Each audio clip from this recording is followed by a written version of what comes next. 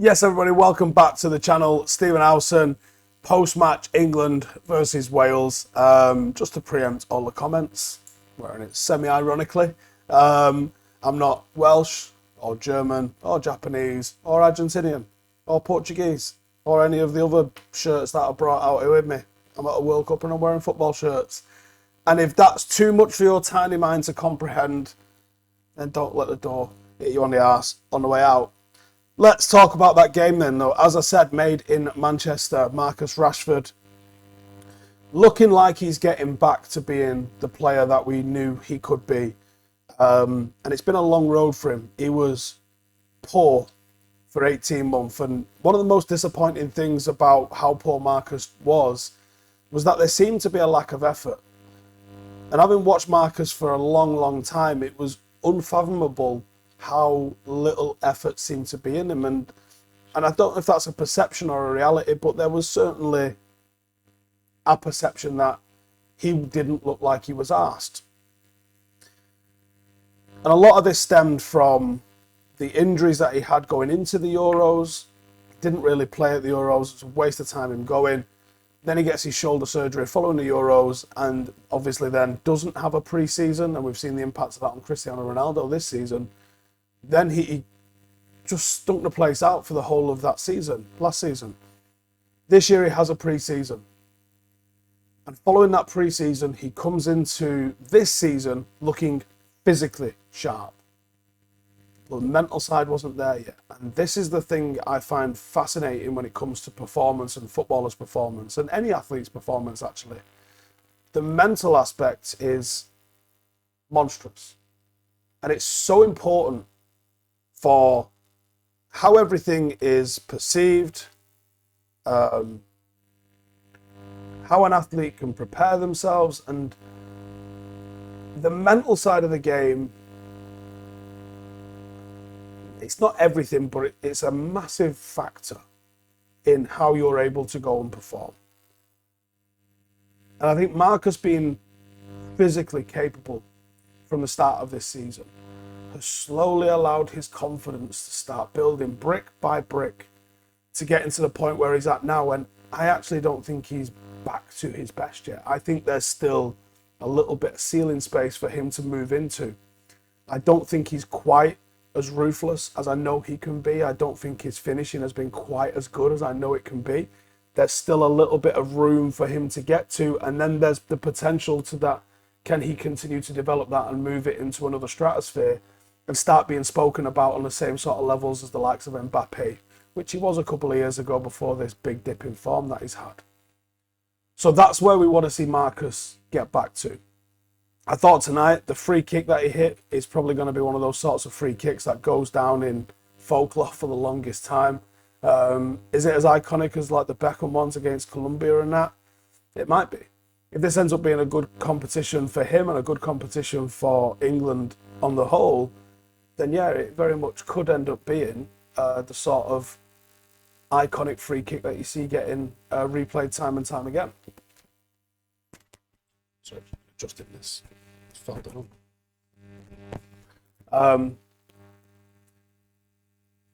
And of course, you had Phil Foden scoring on top of that as well. And I think there's been a lot of clamour for Phil to play lately.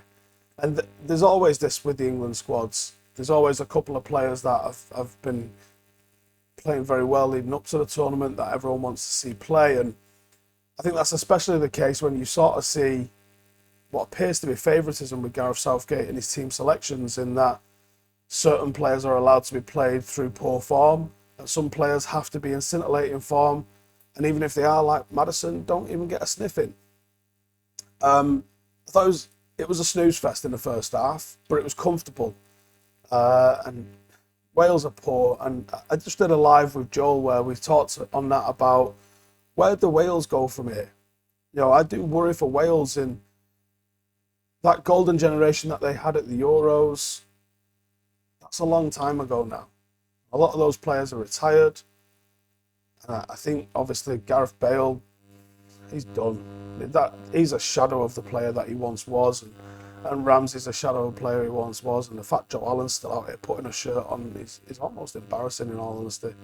So I do worry for where that next generation of players is going to come through from Wales, because I don't see where it can possibly be coming from. I don't see what academy is producing consistent Welsh players. You wonder where England's players are coming from, where United's players are coming from, yet there's a full conveyor belt with a lot of talent in there, and you're kind of going like, you're still stacked against the odds for anyone to make it, but there just isn't Welsh players doing bits anywhere at the moment. If there was, they'd be in that squad. And if they was in that squad, they'd be playing. And the fact that there isn't tells you that they're in trouble. England now believe have got Senegal on Sunday. That's a very winnable game for them. The quarterfinals and semi-finals, if they make it that far, a little bit different. And that's my worry with Southgate, is progressed through the group stage, beat the teams he's expected to beat. It's fine, and sometimes people haven't done that, so he's achieved that at least. But can he take it to the next level? Can he go and beat a team that England aren't expected to beat? Because I don't think Southgate's got it in him. I don't think he's got the tactical acumen to be able to. He keeps getting compared to Solskjaer, and I'd love to know what planet people think this is on. Because I don't see anything of what Solskjaer achieved in Gareth Southgate. Well, the one thing that you can sort of correlate between them is that they're nice and they seem to get on well with the players. Is that it? Is that what you're basing an entire sort of managerial whatever against? Or that they got to semi-finals and finals? That's horrendously baseline analysis. Ole Gunnar Solskjaer had more 5-0 victories than the previous 3 managers combined. Ole Gunnar Solskjaer went on an unprecedented unbeaten run and consecutive winning run. Ole Gunnar Solskjaer had a record-breaking away win streak at United. Ole Gunnar Solskjaer finished 2nd and 3rd, which the likes of Mourinho and all the rest of those couldn't do.